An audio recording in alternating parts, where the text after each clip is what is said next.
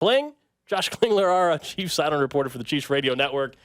You hear him every Monday, or every morning, I should say, at 6 a.m. on Fesco in the morning. And Kling, when did you have your now wife's, I guess, parents meet your parents? Yeah, I was going to say, that's pretty serious, but also I guess you already have a built-in event, which is perfect, right? You don't have to figure out, what should we do with the parents? We'll send them to a game. I mean, it seems pretty. It's either his parents easy. Come to a concert or their parents come to a game, right? Yeah, then they don't. I guess they don't really have to even talk, right? They could just watch the game and have limited interactions. I suppose it takes away some of the awkwardness. Yeah, so. Text line said she already met Travis Kelce's parents. What are you guys talking about, Kling?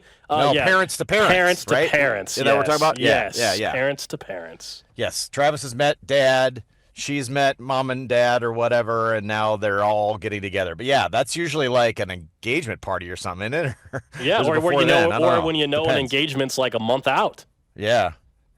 Missed opportunity? He just missed the high five with Taylor's dad at the game anyway, Kling. So, or at the concert anyway.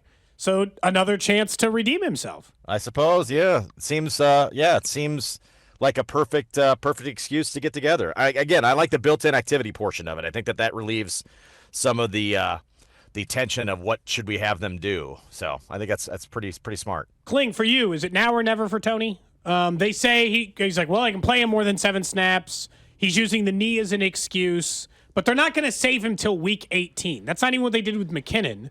Either he's going to start playing more snaps and actually matter for this team, or he's not. GoldenEye's contention is I don't care about the injury risk anymore. He only has 20 catches. If he gets hurt, it doesn't really impact the team. Yeah, it doesn't make sense to save him for good because he's also not experienced enough to do that. Like McKinnon, at least you could understand, hey, put the guy in a pitch count, make sure he's preserved for the second half of the season. I think probably to a certain extent Pacheco. I just don't feel like Toney's played enough to warrant saving him for anything. He's got to prove that he can play. So that to me doesn't make a lot of sense. The injury thing maybe is closer to reality, but it is kind of strange that now it's come up as the kind of the barrier to things, right? We just bring him along slow because he's injured. Well, he played a bunch and then didn't, and then really hasn't. So yeah, I'm kind of curious as to his usage, but I guess I have to, you have to continue to reset yourself and just say, don't expect much, and if you get it, great, and if not, you weren't expecting much. I just think you can't put much on him because there's nothing that warrants doing that, I don't think. So what are you expecting Monday night, though? If it's not an increase for Toney, what change, if anything, do you think we see from this offense? I guess probably more for Rashee Rice, and hopefully you can stack some confidence for Sky Moore. I think it's kind of more of the same. I don't know.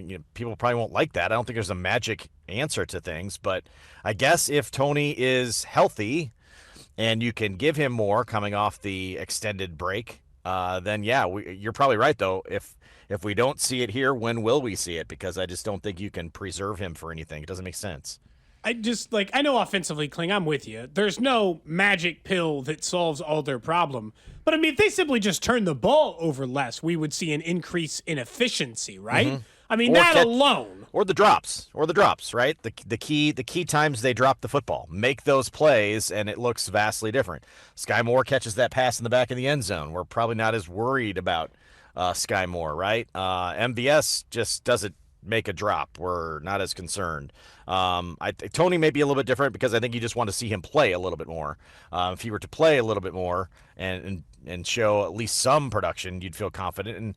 And Rice, I think, I don't know. I am kind of one eye open, waiting to see if he does bring the football in. But I guess we got to, hopefully maybe stop looking at it that way and just see him start to make plays. And yeah, we'll feel pretty good about it. Again, these are first world problems. Look around the rest of the NFL. I think the biggest takeaway for me for the bye was the rest of the AFC crumbling to mediocre at best. So there are a lot of teams with a lot of worse problems than the Chiefs. But Mo, if they can get stuff going in a more positive direction, certainly offensively, we're going to feel really, really good come December on. Kling, to your point about the AFC and how it was this perfect bye week for the Chiefs without having to do anything based off of all these losses, it's probably a different answer every single week now for all of us. But who is the biggest test challenger now in the AFC? I think a couple weeks ago, everybody wanted to say it was Miami, and then it was Baltimore. Who is it? I mean, I think it's Baltimore, but guys, would you be convinced right now if you said, okay, you'll see them in the AFC Championship game? No, I don't. I wouldn't be confident in saying that. No, You know what I mean? So, like, who's coming to face the Chiefs at the last game? I kind of feel like that's probably where I'm at. Assuming, to me, I think the Bengals are still very dangerous if they were to get in. I'd hate to see the Bengals as like the 7 or whatever, and you might get them in a division game. But in terms of like last team standing, I'll take, whatever. I'll take the field at this point. I don't think there's anything that, and I'm not confident that Baltimore wins a couple of games to get to you at this stage or where they're at. They haven't proven they can do that yet. Is this game on Monday? Is it bigger than the Miami game? Like, obviously, No. it's an NFC opponent, Kling, but they got a great record and the Super Bowl stuff last year. No, I don't think it is, just because it is an NFC game. I mean, you lose this game, it's not the end of the world. It's an NFC loss. It's the two best teams. I guess it's the midseason Super Bowl, though, right? I mean, these are the two best teams playing at the midway point of the season. So we can call it the halfway home bowl or something. But no, I don't think it's the end of the world. Would you like to see them play well in this one and prove that they're these two teams can play a really good game against each other again? Maybe so, but no, I think there's as much pressure because I just don't think this one's be all end all. I thought the Dolphins game was more meaningful just because that's a team you're battling for the number 1 seed with and home field advantage and head-to-head tiebreakers and those kind of things. I feel like there was more on that one than this one. Not that it's free and easy, and it's clearly the best game seemingly of this entire schedule, but I don't feel like there's as much pressure on it. Kling, you're on the sidelines, obviously, for a lot of these games. After the games, you get a sense that Mahomes is annoyed with the level of performance they're getting out of the offense. In game, do you see frustration from the offense where things aren't going the way they want, or at least aren't going the way they're used to them going, and some of that comes up in game versus just afterward? Yeah, sometimes. I think there are moments where you see, Mahomes kind of work this. I call it working the sidelines. He'll sit down with Matt Nagy and sometimes Andy Reid and that group, and they'll go over stuff, and then he'll make his way down to kind of every position group and give them some words of encouragement or bark at him or what have you. And it didn't pay off the other day, but for the first time this season as well, Matt Nagy grabbed the entire offense at one stage late in the game and had the entire offense around him and was really laying into him. And then Mahomes did too. I would have loved to have said, then they marched down the field and scored a touchdown drive. They didn't. But that was the first time I saw that to me was like a pretty telltale sign, like, guys, got to get it together. They don't have a lot of almost like full squad meetings in the midst of a game like they did against the Dolphins. And again, I wish it would have paid off and hey, that flipped the switch and they turned it on. But that was a definite sign of frustration when you're gathering, not just, hey, I'm going to go talk to the wide receivers. I'm going to go talk to no, everybody get around me. I got some stuff to say here. And that was the first time I'd seen that this season. You stayed in Germany a couple days, obviously after the game. I'm sure Bink was 100% factual with this. He said you got detained at the airport. Incorrect. That did not happen. Was the rest of the trip good? At least? Detained by some fine German breweries. Okay, that would be a safe assessment. But no, got through the airports just fine. Okay, look, he's making up rumors about you. You should probably address it with Jay Binkley. I know, at least on that end. Hey, Kling, I think Andy's being even more conservative than normal, and I think he's doing it because of the defense. Does that logic track?